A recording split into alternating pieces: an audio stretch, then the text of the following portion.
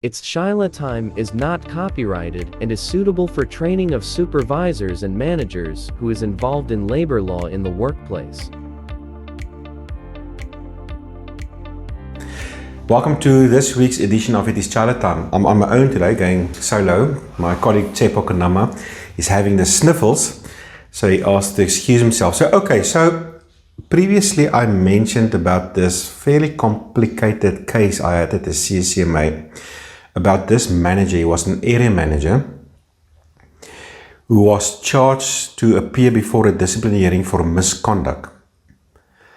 But it had a very strong touch of incapacity to it, and we had to venture and ask ourselves, are we going to at some point also investigate incapacity, yes or no? So we finally got the result 2 days ago. This case had been going on since January this year, and we finally got the arbitration award 2 days ago. I was representing the employer, and yes, we won the case at a great relief for us. And so I just want to touch base quickly on some of the key factors of this case, and I think it's quite an educational, because every now and then you may find, especially if you're an employer, and there's some advice for employees too, but what do you do when you are charging an employee for misconduct to appear at a disciplinary inquiry, and then he comes out and say, listen, incapacity. He throws the incapacity card. How do you deal with that? So, just to recap quickly. This employee was an area manager. He was charged for a few accounts of gross insolence, which is disrespectful conduct and insubordination, especially towards his line manager. So what he basically did is, the CEO of the company and his line manager gave an instruction that he must transfer one of his branch managers to another site, which he did not do. And he was also at one meeting, there was a meeting between his line manager and a few of the area managers on the 9th of February. And during that meeting, he actually then at some stage excused himself to go to a doctor, but he never reported to his line manager that he's going to go on a doctor that day and he needs some time off from work. Now, the day before, he actually had a meeting with HR where he disclosed this to HR, and HR told him, listen, in terms of the policy, you need to run this by your line manager, which he also didn't do.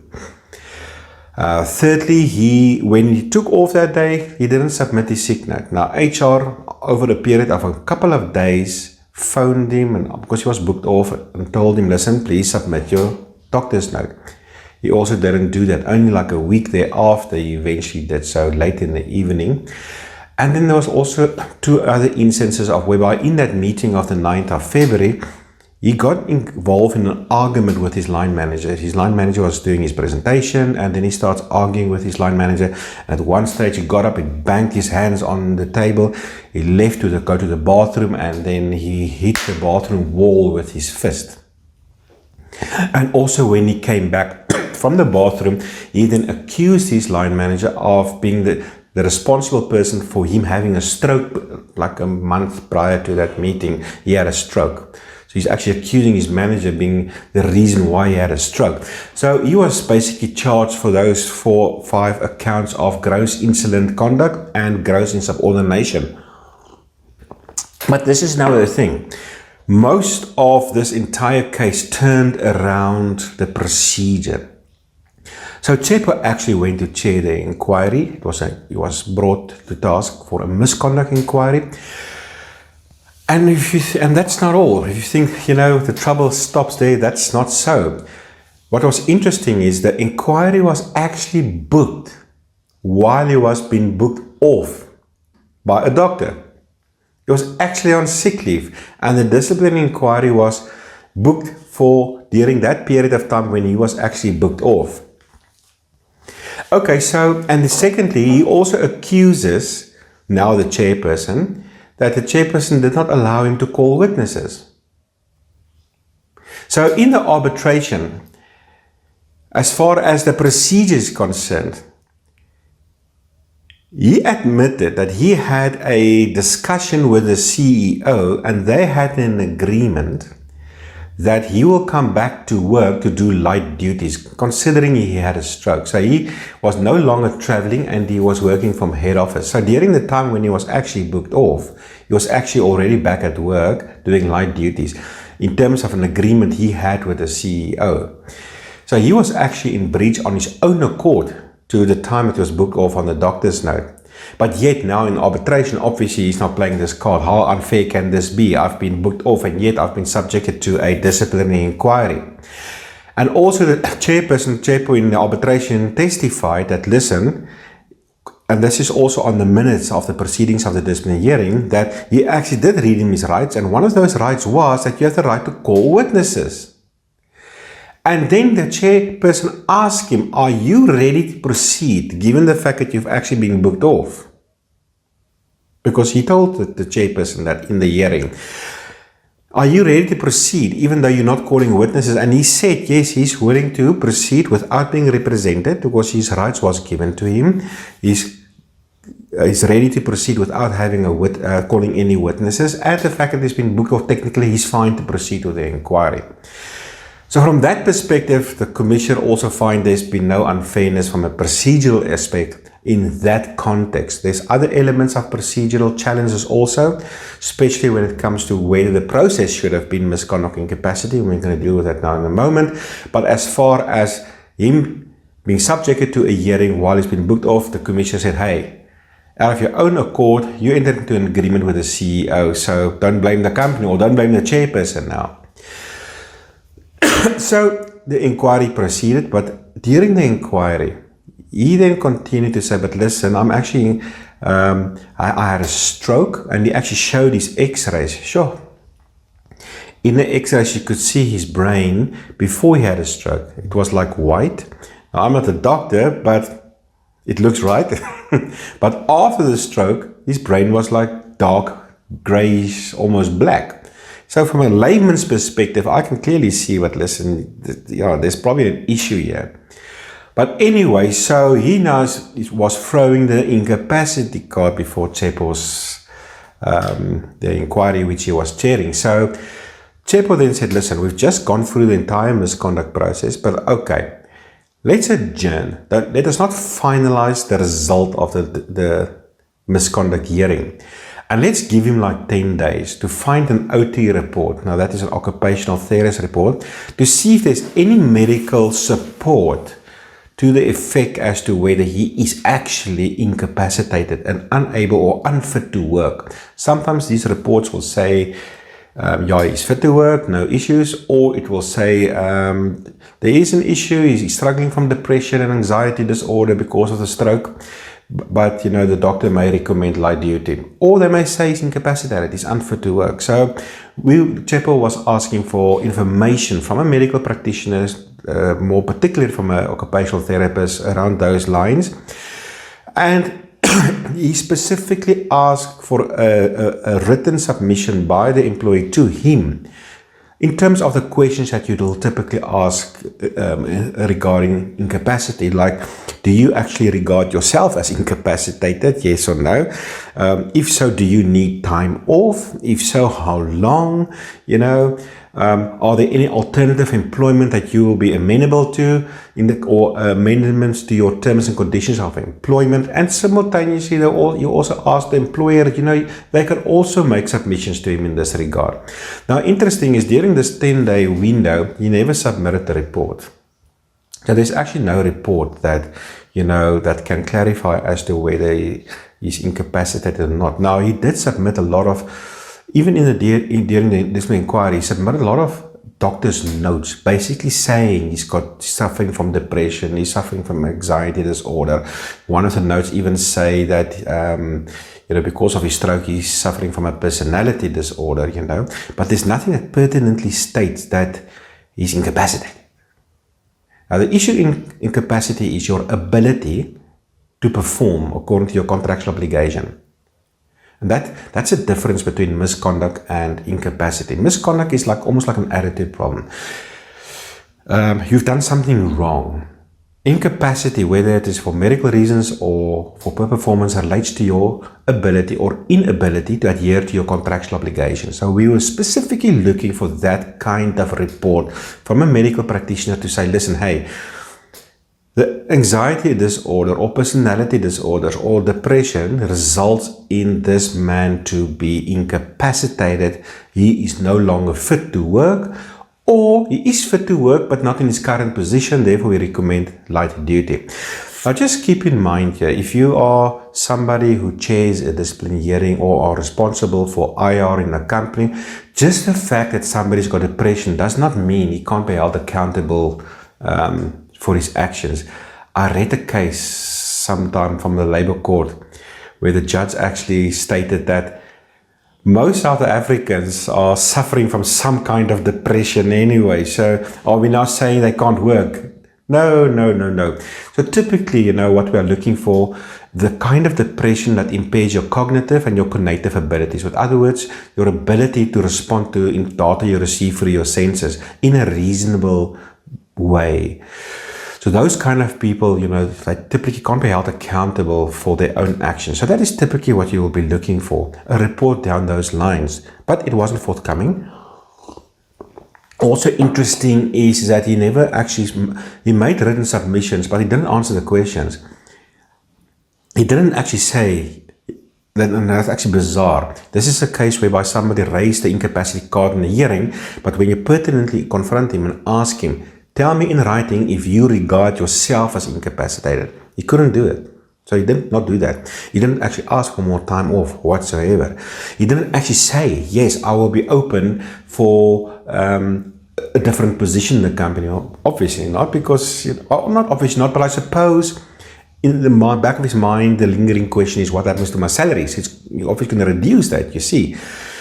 So in his submissions, no report, and he didn't really tick all the balances in terms of the incapacity questions to answer, but the employer made a submission to say, interesting is that during this time, they actually got a call from one of their competitors to do a employment verification on him, because while they adjourned this inquiry, he was applying for jobs at another company. So that's not interesting. You're playing the incapacity card in the hearing, but simultaneously you're applying for jobs in other companies. So, you can't have your bread buttered in both ways, is it? You're either incapacitated or not. Anyway, so the chairperson then converted back to misconduct and made a finding on misconduct that the employee is guilty of the charges, and then subsequently summarily dismissed the employee. So yes, he went to the CCMA. So he sat for a few months at the CCMA. It was over a couple of days that we had arbitration. And just for myself, the one mistake that the employee made was he was not represented. This was quite a complicated case in terms of the laws that applies to misconduct and incapacity. And there's an element of confusion here too, because, he will throw in the incapacity card, somehow thinking that, he's going to get away with it, So he doesn't really understand what the claims he is making. What does incapacity mean? Because if you are incapacitated, you'll probably lose your job anyway. So he doesn't really understand those complexities, So it was a bit of from an employee perspective, when you walk into a CCMA case like that, you better be represented. You better get yourself a labor lawyer or somebody that knows how to deal with CCMA cases and knows what the laws are about in terms of misconduct and incapacity. So I think that was one of the big mistakes that he made. But interesting also for me, now, I'm not a medical professional, but I can just observe, yes, this guy's not well, man. Yeah, the way he spoke, he can't follow through on a single thought in a sentence that he will say, for instance. He can't keep to the subject that we are busy discussing. His brain is a bit scattered, So I actually felt sorry for him, because in a way, I can actually see, and his level of reasoning is not somebody that's actually an area manager. In my unprofessional opinion at that stage, he's probably not competent to be an area manager. I don't think, now I've been in management for many years myself, I don't think you can have a manager or a person in that capacity with that level of reasoning ability, there's clearly something not right with him. But anyway, at the arbitration, he did bring an OT report, occupational therapist report. Now, the important thing here is he never actually submitted the OT report, and even in the arbitration award, the commission made quite an issue with this one factor. I think the outcome would have been different if he actually did submit the OT report, even after he was dismissed in a misconduct process. So, if an employee submits the OT report, even after he's been dismissed for a misconduct, during the misconduct process, and as an employer, you can't really throw your hands in the air and say, oh, sorry, you got fired in the misconduct process, I'm not interested. You need to consider that OT report and probably venture into an incapacity process. Okay, so just the fact that a misconduct process was followed does not mean this is the end of it, But anyway, in our case, he never actually submitted the OT report, even after he received it. And interesting is, that OT report does actually say he's incapacitated. It doesn't even recommend light duty. It actually says he's unfit to work. So I'm like, thank goodness. Yeah, it was an issue, sure. But okay, luckily he never submitted it. The commissioner eventually, in his arbitration award, stated that, look, in his view, in these circumstances, it was not necessary for the chairperson to really have ventured into incapacity. Because even though he raised, look, this is a touch and go matter, I would rather play it safe, because there are other court rulings where the employer didn't venture into incapacity. It's like the legal wise case is coming to my mind, and then you end up losing the case anyway because you should have ventured into the incapacity process. But anyway, in this, and I must say, strictly speaking, in terms of what the commissioner is saying, I think the commissioner is correct, but keeping in mind that the commissioner is now looking at this case from the end, moving backwards in time. When we have to deal with a case, for us it's real time, it's in the now, it's here, now. What do? We don't know how this is going to play out. We don't know what the views and arguments of the other party is. So he's raising incapacity in the hearing, and even the arbitration is raising incapacity. But ultimately, he did not submit real claims on incapacity, not in his own mind. In his own mind, he could not actually say he's incapacitated. In his own mind, he's looking for employment. His recourse in terms of what he wanted from the arbitration was to come back to work. So clearly, in his mind, he's not incapacitated. Also, he never submitted the OT report. So there was, technically speaking, I suppose, no reason why he should have got into the incapacity process in this case. But anyway, the commissioner did also say, however, given the fact that the chairperson did venture into incapacity, just show to what great lengths the chairperson and the company went to be fair towards him. So I think there's a bit of a naughty badge there. So from that perspective, I think it worked out quite well. Now, from a procedural aspect, there was no issues. The procedural element of the dismissal was ruled to be fair by the commissioner.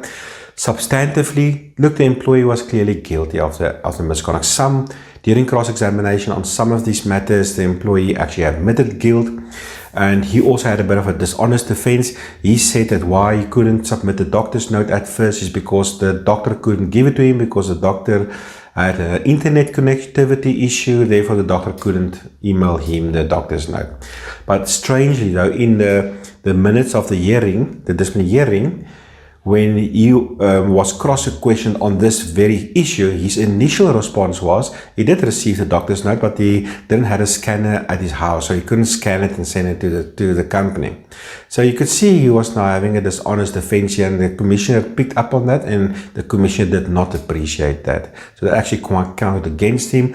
We had company witnesses, quite a few, those who were part in the board meeting on that day, who testified him, accusing the line manager of causing his stroke, banging on the table, banging on the wall, not instructing the branch manager to transfer to another site. The HR manager also testified, giving him instruction to report to his line manager that he's going away the next day. And he actually stated in the board meeting, interesting because when he left, the line manager asked him, where the hell are you going? And he actually said, I'm going to a doctor's appointment and it's a personal matter. I don't have to submit this to you. So he was quite rebellious from that perspective. You don't tell your boss that, no. Okay, so now in terms of the rules that applies to gross insolence, especially if it is on the first instance where there's been no prior warnings given for gross insolence, what the questions you have to ask yourself is, this gross insolence, okay, was it intentional and is it serious? So in his case, okay, it's clearly intentional, okay. He's been given multiple instructions, multiple occasions, and in multiple instances, he showed insolent conduct towards his line manager. So it is not just a once-off, okay. So it's quite intentional, it is quite frequent, and it is serious. It is quite deliberate. He deliberately challenges the authority of his employer. So the commissioner then also upheld the dismissal to be substantively fair. So that's the case, you know. It took a couple of months, 9 months to go through this case, and a great result. But I did feel sorry for him. I don't think he came to terms with his own condition. Yeah, so it's quite sad from that perspective. But yeah, just, you know, 1 or 2 important key notes that we take away from this. It's always a bit of an issue if somebody's been subjected to a misconduct inquiry, because you can't just turn a blind eye if an employee is making a claim to incapacity. But I think it's also important what we learn from this is just the fact that somebody's raising the incapacity card does not necessarily mean that he's now protected from his own accountability towards his job. You know, so it doesn't mean that you can't take somebody to task for misconduct, you know. Incapacity, if you're an employee that's been charged for misconduct, you know, playing the incapacity card is not necessarily a get out of jail card, you know. I mean, you may end up getting dismissed anyway. It's just the questions that's been asking be a bit different, you know. And it may go down the lines like this. Are you willing to accept alternative position, a demotion, less salary? So you must know what you're asking for. But anyway, that is this week for It Is Chaile Time. Thank you for subscribing and thank you for following us. If you like Chaile Time, you are welcome to use Chaile Time for educational purposes in your company if you want to do that. It is not copyrighted. There's great material to learn. I think we've made like 62 or 63 episodes already. There's a lot to learn there. So if you want to use in your company, be my guest. Anyway, until next week. Bye-bye.